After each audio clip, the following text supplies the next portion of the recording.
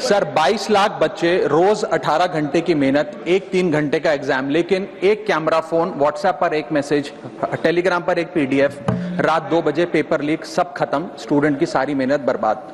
Therefore, sir, I rise today to speak wholeheartedly in support of the students of India and to welcome the Public Examination Amendment Bill 2026. Sir, paper leak जैसी serious बीमारी का permanent इलाज करना होगा। जैसे cancer का इलाज Crocin खिलाकर नहीं किया जा सकता, ठीक वैसे ही पेपर लीक जैसी प्रॉब्लम का इलाज मीडिया साउंड बाइट से नहीं बल्कि इंस्टीट्यूशनल सॉल्यूशन से होगा, जो आज हमारी सरकार इस बिल के माध्यम से करने जा रही है, by introducing India's first ever anti paper leak framework. सबसे पहले मैं नीट के स्टूडेंट्स को कुछ कहना चाहूंगा। आपका गुस्सा जस्टिफाइड है, आपकी पेन रियल है, और आपको एग्जामिनेशन सिस्टम से जो कंप्लेंट है वो कंप्लेंट भी जेन्युइन है।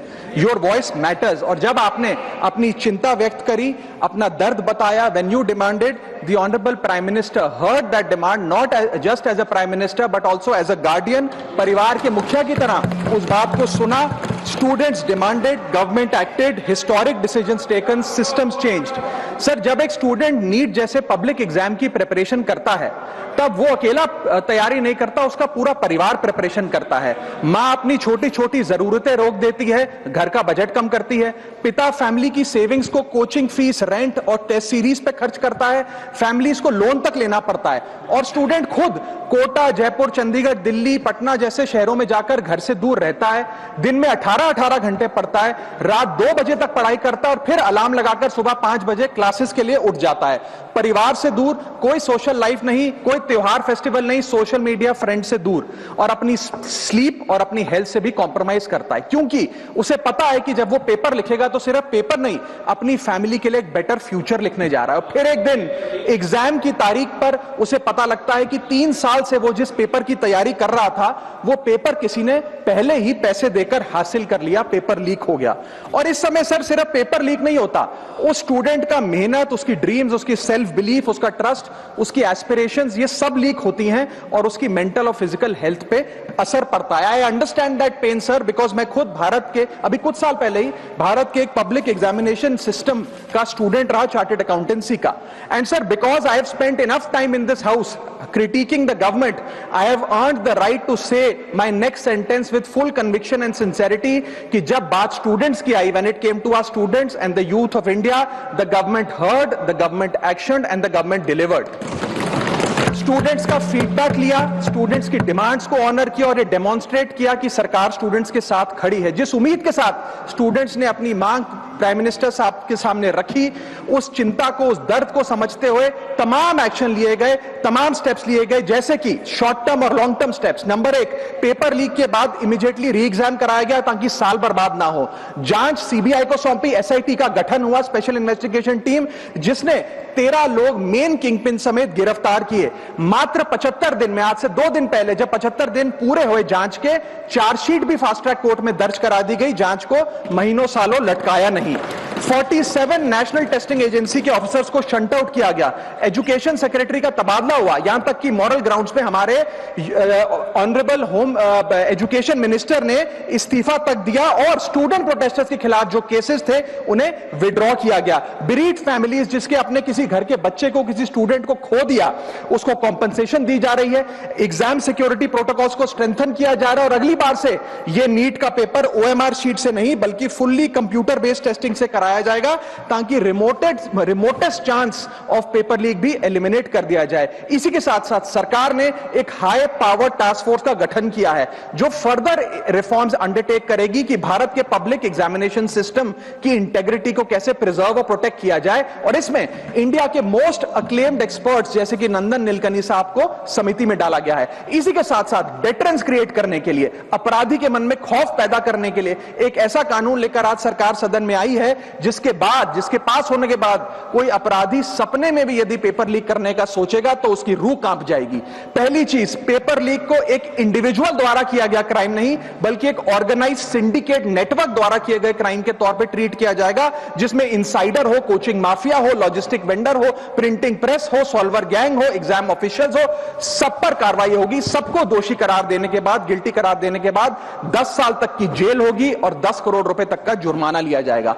सारे ऑफेंसेस को cognizable, non bailable, non compoundable बनाया गया। एक स्पेशल टास्क फोर्स का गठन किया गया कि अब कभी भी यदि पेपर लीक की संभावना भी उत्पन्न होती है तो यह स्पेशल टास्क फोर्स जांच करेगी और यह इन्वेस्टिगेशन सालों साल नहीं लटकाई जाएगी, 2 महीने के अंदर अंदर से इस इन्वेस्टिगेशन को कंप्लीट करना होगा।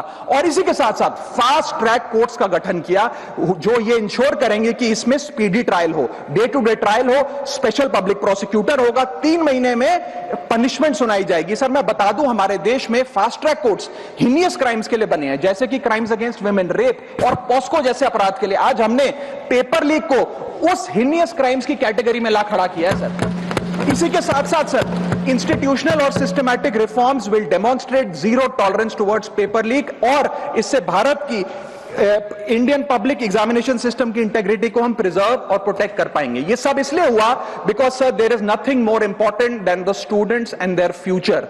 Sir their voices mattered, their voices were heard and systematic and systemic changes have been brought in. उनकी आवाज को, स्टूडेंट्स की आवाज को कोई पॉलिटिकल चैलेंज नहीं बल्कि एक परिवार की भीतर की चिंता की तरह समझकर, जैसे घर के बच्चे घर के बड़े से अपनी चिंता व्यक्त करते हैं, दर्द व्यक्त करते हैं, डिमांड्स रखते हैं, ठीक वैसे ही सरकार ने ये तमाम फीडबैक लेते हुए एक्शन लिया। Sir Benjamin Franklin American philosopher, statesman, diplomat रहे, उन्होंने कहा था well done is better than well said. सालों तक इस देश में पेपर लीक होता आया लेकिन सिर्फ डिस्कशन और सिर्फ साउंड बाइट हुई। आज एक्शन हो रहा है, सिस्टमैटिक रिफॉर्म्स आ रहे हैं और भारत का पहला एंटी पेपर लीक फ्रेमवर्क बनके तैयार है और आपके सामने है।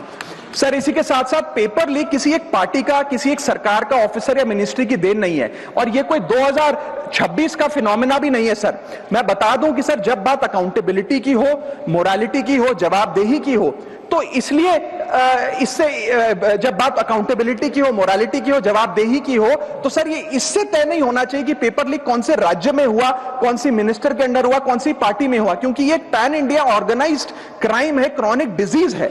मैं ये बात इसलिए कह रहा हूं क्योंकि 19 जुलाई 2026 को, आज से मात्र 10 दिन पहले, पंजाब के अंदर एक फार्मेसी ऑफिसर रिक्रूटमेंट का एग्जाम हुआ। उसमें मैसिव इरेगुलरिटीज देखी गई, ब्लूटूथ डिवाइसेस के माध्यम से लाइव चीटिंग चल रही थी और चीटिंग सिंडिकेट वो चीटिंग फैसिलिटेट कराने के लिए 13 लाख रुपए का रेट चार्ज कर रहा था। यही नहीं सर, आम आदमी पार्टी की सरकार जब पंजाब में बनी तब से अभी तक नायब तहसीलदार के एग्जाम में इरेगुलरिटीज देखी गई और लार्ज स्केल चीटिंग हुई। पंजाब स्टेट एजुकेशन बोर्ड में 12वीं क्लास का इंग्लिश का पेपर लीक हुआ, पीएसटीईटी स्कूल टीचर रिक्रूटमेंट का एग्जाम का पेपर लीक हुआ, पीएसएसबी के ग्रुप ऑफिसर के रिक्रूटमेंट का एग्जाम लीक हुआ, एग्रीकल्चरल डेवलपमेंट ऑफिसर के रिक्रूटमेंट का एग्जाम लीक हुआ और एक्साइज और टैक्सेशन इंस्पेक्टर की रिक्रूटमेंट की मेरिट की लिस्ट जब आई तो उसमें फर्जी नाम डाल के जारी कर दिया गया। सर मैं आ रहा हूं, अब मैं कांग्रेस पे आ रहा हूं। आप कांग्रेस का सुनिए सर, ये मेरा समय खराब कर रहे हैं। आप बोले सर, जब विरोध कर रही है सर कांग्रेस की कर्नाटक में सरकार है। इसी साल जनवरी 2026 में एसएसएलसी का पेपर हुआ। इसी साल कर्नाटक में कांग्रेस की सरकार के अंडर एसएसएलसी का पेपर हुआ, पेपर लीक हुआ और वो पेपर ऑनलाइन 200 रुपए में स्टूडेंट्स को बेचा जा रहा था। हिमाचल प्रदेश में HP state selection commission recruitment exam का पेपर कांग्रेस के कार्यकाल में लीक हुआ। अब आप सुनिए सबसे चौंका देने वाली घटना सर, सबसे शॉकिंग और सैड बात यह है कि 2016 में कर्नाटक में जब कांग्रेस की सरकार थी तब वहां पे 12वीं कक्षा का प्री यूनिवर्सिटी कॉलेज का 12th का केमिस्ट्री का पेपर लीक हुआ। ये क्लासरूम का पेपर नहीं था सर, ये स्टेट बोर्ड एग्जाम था। ये स्टेट का एग्जाम जब पेपर लीक हुआ, बच्चे एग्जाम देकर घर आ गए, पेपर लीक हो गया, पेपर कैंसिल कर दिया। 20 दिन बाद री एग्जाम कराया गया, री एग्जाम का पेपर भी लीक हो गया और उसके बाद रात को 3:30 बजे वो पेपर व्हाट्सएप पे घूम रहा था, री एग्जाम को भी कैंसिल करना पड़ा।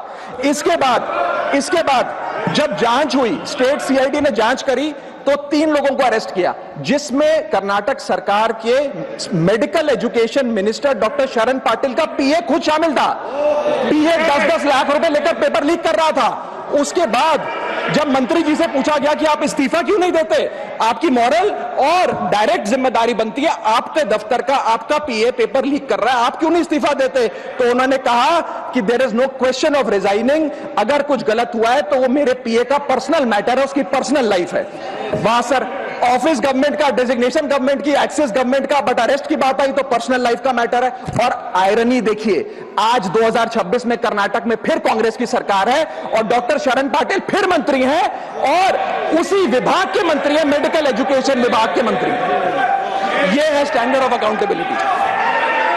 सर सुनिए, सुन लो, उसी के साथ साथ 2004 से 2014 के बीच में जब यूपीए की सरकार थी तो कांग्रेस के कार्यकाल में दर्जनों एग्जाम्पल हैं, डॉक्यूमेंटेड एग्जाम्पल हैं पेपर लीक के सर, जिसमें मुख्य तौर पर AIIMS post graduate medical entrance exam 2006 में लीक हुआ, रेलवे रिक्रूटमेंट बोर्ड का एग्जाम 2009 का लीक हुआ, all India engineering entrance exam 2011 UPA के कार्यकाल में लीक हुआ और SSC combined graduate level exam 2013 leak हुआ।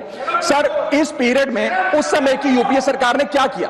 कोई अकाउंटेबिलिटी एस्टैब्लिश करी, कोई एग्जाम सिक्योरिटी आर्किटेक्चर को ओवरऑल करने के लिए कोई कानून लाए, कोई dedicated anti paper leak law लाए? कुछ नहीं लाए। सर मैं एक बात कहना चाहता हूं, सर पॉलिटिकल मेमोरी सिलेक्टिव हो सकती है, पब्लिक रिकॉर्ड सिलेक्टिव नहीं हो सकता। अगर नेशनल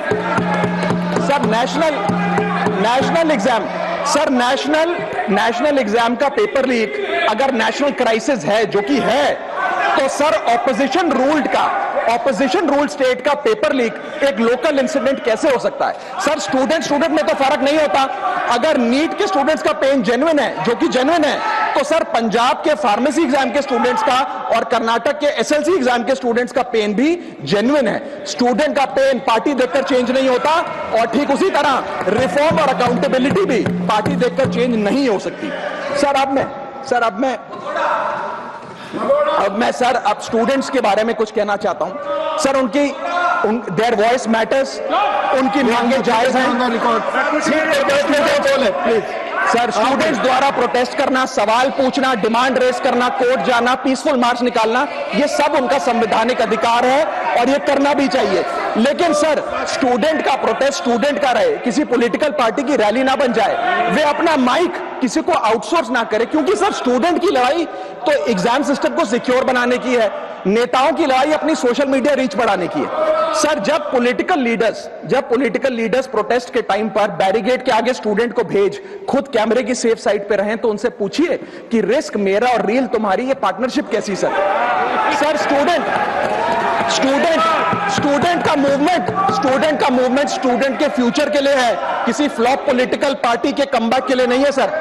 और जो पॉलिटिकल पार्टी के अपने खुद के फ्यूचर का आता पता नहीं, वो स्टूडेंट के फ्यूचर की क्या लड़ाई लड़ेगी सर? स्टूडेंट्स को जस्टिस चाहिए, पॉलिटिकल पार्टी को फुटेज।